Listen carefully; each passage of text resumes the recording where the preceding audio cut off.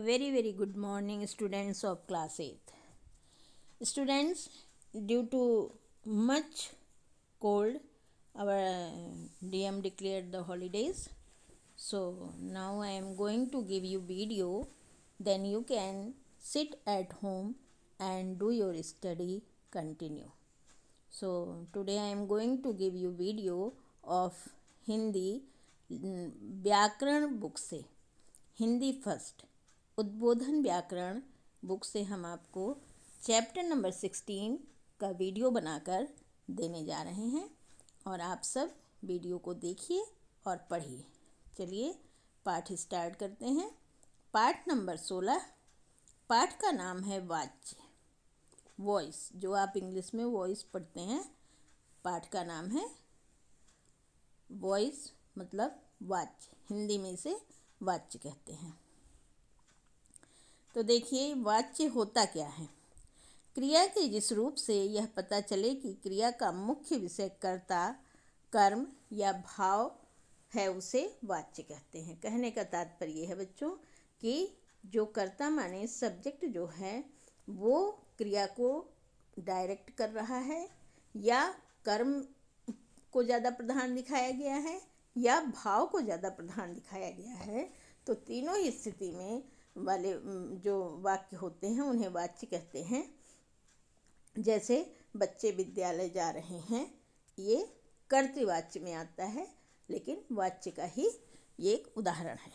अब हम ये जान लेते हैं कि वाच्य के भेद, वाच्य के कितने भेद हैं।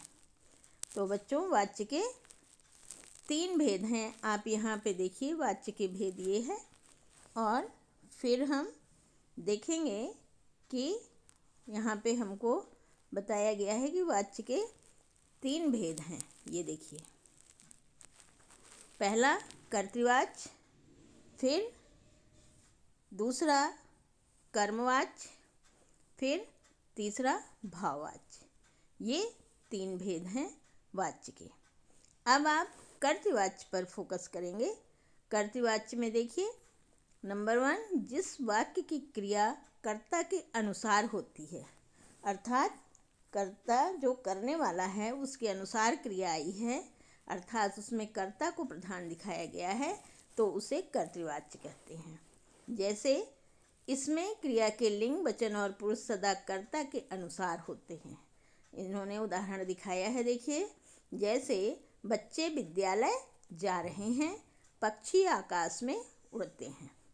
अब उपर्युक्त वाक्यों में बच्चे व पक्षी कर्ता हैं, इनके द्वारा की गई क्रियाएं जा रहे हैं तथा उड़ते हैं, ये कर्ता के लिंग और वचन के अनुसार आया हुआ है, अतः इसे क्या कहेंगे? कर्तृवाच्य कहेंगे।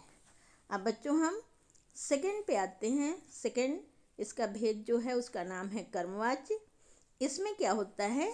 क्रिया का वह रूप जिससे यह जाना जाए कि वाच्य की क्रिया के विधान का मुख्य विषय कर्ता न होकर कर्म है, अर्थात इसमें कर्म प्रधान है, उसे कर्मवाच्य कहते हैं। इसमें क्रिया के जो लिंग, वचन और पुरुष हैं वो सब कर्म के अनुसार आते हैं। जैसे माता जी द्वारा कार चलाई जाती है। कहने का तात्पर्य है, देखिए इसमें आप यहाँ पे उदाहरण में देखिए, माता जी द्वारा कार चलाई जाती है। इसमें कार चलाया जाना ये कर्म है, तो कार को कौन चला रहा है? माता जी। माता जी पे को प्रधानता न देकर कार को चलाने की जो कर्म है उसको प्रधान दिखाया गया है, इसलिए यहाँ पर कर्मवाच्य है। अब आप नेक्स्ट पे आ जाएंगे, थर्ड पे। इसमें आप एक चीज़ और देख लीजिए, ध्यान देने की जो बात है, कर्मवाच्य में कर्म की प्रधानता होती है। जैसा अभी हमने आपको बताया था, ये सकर्मक क्रिया से ही बनते हैं।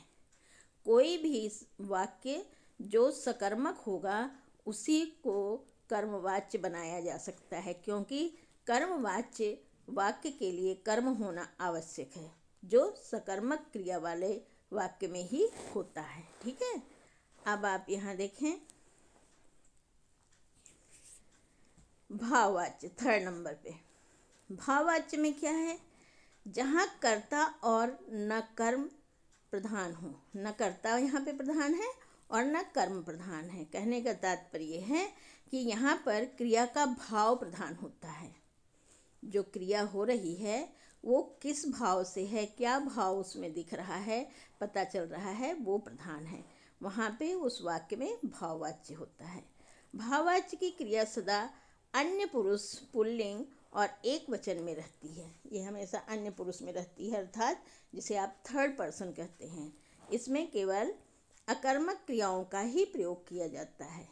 इसमें जो क्रियाएं होती हैं वो अकर्मक होती है, अर्थात इसमें कर्म नहीं होता है। जैसे लड़की से दौड़ा नहीं जाता, यहाँ पे कर्म नहीं है, डायरेक्ट उसका भाव दिखाया जा रहा है। किसका? लड़की का, अर्थात कर्ता का क्या भाव है। दौड़ने का भाव उसका नहीं है, दौड़ा नहीं जाता है। तो ऐसे सेकंड में सीता से कैसे गाया जाएगा, अर्थात सीता से के गाने का भाव जो है वो इसमें प्रधान दिखाया जा रहा है, इसलिए यहाँ पर भाववाच्य क्रिया है। उपर्युक्त वाक्यों में क्रिया के भाव की प्रधानता है, अतः ये भाववाच्य हैं।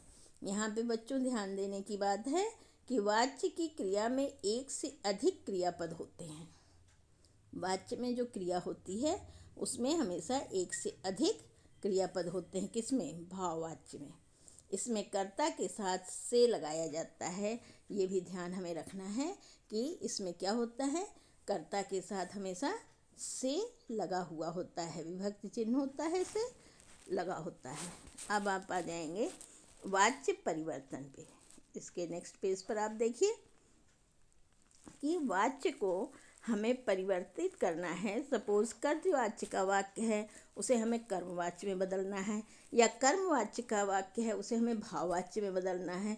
मीन्स किसी भी वाच्य को किसी भी वाच्य में बदलना है तो हमें किन नियमों का पालन करना होगा, कैसे हमें बदलना होगा, चलिए जानते हैं। वाच्य परिवर्तन। कर्तवाच्य से कर्मवाच्य बनाना। कर्ता के साथ द्वारा के द्वारा आदि जोड़कर एवं कर्म के बाद मुख्य धातु में अ अथवा या जोड़ दिया जाता है तथा इसके बाद धातु आती है। जैसे उदाहरण में देखिए, आप खाना खाइए, ये कर्तवाच्य है। अब इसी को हमें कर्मवाच्य में बदलना है, तो यहाँ देखिए आपके द्वारा खाना खाया जाए। उन्होंने या और आ दोनों चीज़ देखिए ये बताई है ना यहाँ पे कि या जोड़ दिया जाता है, तो यहाँ पे खाया हो गया, खाया जाए, और यहाँ पे द्वारा आ गया। ठीक है बच्चों, तो इस प्रकार आप देखिए कि कर्मवाच्य में हमने कैसे चेंज, ये देखिए आप यहाँ पर इसको हमने कैसे चेंज किया है। आपके द्वारा खाना खाया जाए, यहाँ द्वारा भी आ गया और खाया भी आ गया। ठीक इसी प्रकार दूसरे सेंटेंस में आप देख सकते हैं, बच्चा दूध पीता है, ये कर्तवाच्य है, तो इसको कर्मवाच्य में बदलने के लिए जब बदला गया तो कैसे बदला गया, आप बच्चे के द्वारा दूध पिया जाता है।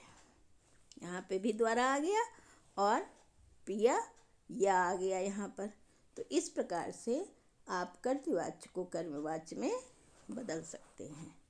अब यहाँ पे आया है कर्तवाच्य से भाववाच्य हम कैसे बनाएंगे, तो देखिए इसके नियम को। क्रिया का अन्य पुरुष एक वचन में कर दिया जाता है। जो क्रिया होती है उसे अन्य पुरुष में थर्ड पर्सन में बदलकर और एक वचन में कर दिया जाता है। भाववाच्य की क्रिया बहुवचन में कभी नहीं आती। कर्ता के साथ से जोड़ा जाता है, क्रिया को सामान्य भूत में बदल दिया जाता है तथा काल के अनुसार जाना जाता है, क्रिया का रूप जोड़ दिया जाता है। अब आप यहाँ पे देखिए, लड़का दौड़ता है, ये कर्तवाच्य है आपका, और इसको हमें भाववाच्य में बदलना हुआ तो जैसा नियम में बताया गया है कि से लगाया जाता है कर्ता के साथ। यहाँ पे देखिए लड़के से क्या आ गया बच्चों, ये देखिए यहाँ पे से आ गया। लड़के से दौड़ा जाता है, तो ये आपका सेंटेंस हो गया भाववाच्य का। ठीक है, ऐसे ही दूसरा वाला है पशु चल सकते हैं, पशुओं से चला जाता है। यहाँ पे भी देखिए आप से आ गया। ठीक है, ये आप देख सकते हैं, पशुओं के बाद से आ गया, अर्थात पशु जो है ये करता है, उसके साथ हमने से लगा दिया। तो इस प्रकार भाववाच्य में हम से लगाकर बदल सकते हैं। फिर इन्होंने कहा कि एक वचन ही आता है, वो भी आपने देख लिया कि यहाँ पशु है लेकिन जा सकता है, एक वचन में क्रिया आई है। ठीक है, दोनों नियम आपको पता हो गए। अब यहाँ पे हम लास्ट में आते हैं याद रखने योग्य। आपको क्या बातें याद रखनी है वो ध्यान से देखिए। क्रिया के जिस रूप से यह पता चले कि क्रिया का मुख्य विषय कर्ता, कर्म, भाव है, उसे वाच्य कहते हैं। यहाँ पे आप देखिए दूसरा, वाच्य के 3 भेद हैं, कर्तृवाच्य, कर्मवाच्य तथा भाववाच्य। अब यहाँ पे आपका प्रश्न उत्तर आ जाता है, वाच्य किसे कहते हैं, उसके भेद उदाहरण देकर समझाइए। तो वाच्य तो आप इसके फर्स्ट पेज पे आ जाइए, ये जो ग्रीन चार्ट में है ये आपका आंसर नंबर 1 हो जाता है, ये आपका आंसर नंबर 1 है। ठीक है, ये पूरा जो बॉक्स में है, ग्रीन बॉक्स में, ये पूरा आपका आंसर नंबर 1 हो जाता है। और आंसर नंबर में भी उसके भेद पूछे हैं, तो ये आप तीनों भेद, उनके वाक्य के 3 भेद हैं, ये भी उसमें लिख देंगे और उनका नाम लिख देंगे। फिर इन्होंने दूसरे क्वेश्चन में पूछा है, कर्तृवाच्य किसे कहते हैं। तो देखिए आप इसी पेज पे आ जाइए, इसमें फर्स्ट नंबर पे ये रेड कलर से कर्तृवाच्य पड़ा हुआ है, ये आपका आंसर नंबर 2 हो गया। अब इसको आप क्या करेंगे, इसको आप कर्तृवाच्य की पूरी ये डेफिनेशन लिख के और आप इसका एक उदाहरण लिख देंगे।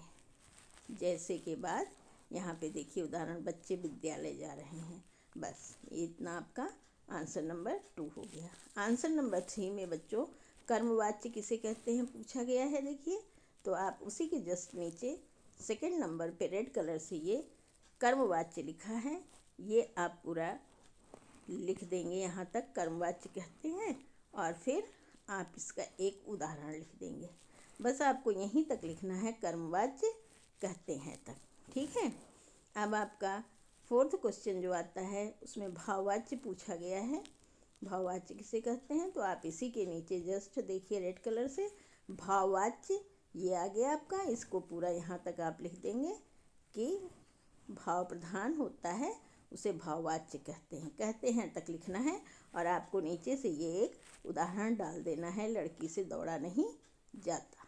इसी तरह कर्मवाच्य में भी एक उदाहरण आपको लिख देना है। ठीक है, ये आपके चारों क्वेश्चन आंसर हो गए।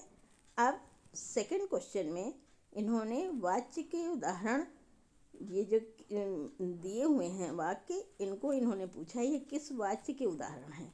तो ये चारों बच्चों कर्तृवाच्य के उदाहरण हैं, आप कर्तृवाच्य लिख दीजिए। ठीक है, अब थर्ड क्वेश्चन आता है। थर्ड क्वेश्चन में क्या है, इन्होंने कहा कर्मवाच्य वाक्यों में बदलिए। ये जो निम्नलिखित वाक्य हैं इनको हमें कर्मवाच्य में बदलना है। तो देखिए वाक्य क्या है, अध्यापक ने आज संस्कृत पढ़ाई। तो आप लिखेंगे अध्यापक द्वारा आज संस्कृत पढ़ाई गई। ठीक है, सेकंड में है सुनीता ने घर की सफाई की। तो सुनीता द्वारा आज घर की सफाई की गई। ठीक है, और थर्ड में है रमेश ने कविता लिखी, रमेश द्वारा कविता लिखी गई। ये आपका पाठ पूरा हो गया, कंप्लीट हो गया। अब आप इस पाठ को अच्छे से वीडियो देखकर, पढ़कर, और इसके क्वेश्चन आंसर आप कॉपी में कर लेंगे, और फिर आप जब स्कूल खुलेगा आएंगे तब आप अपनी कॉपी करेक्शन करा लेंगे। Thank you, all the best, take care.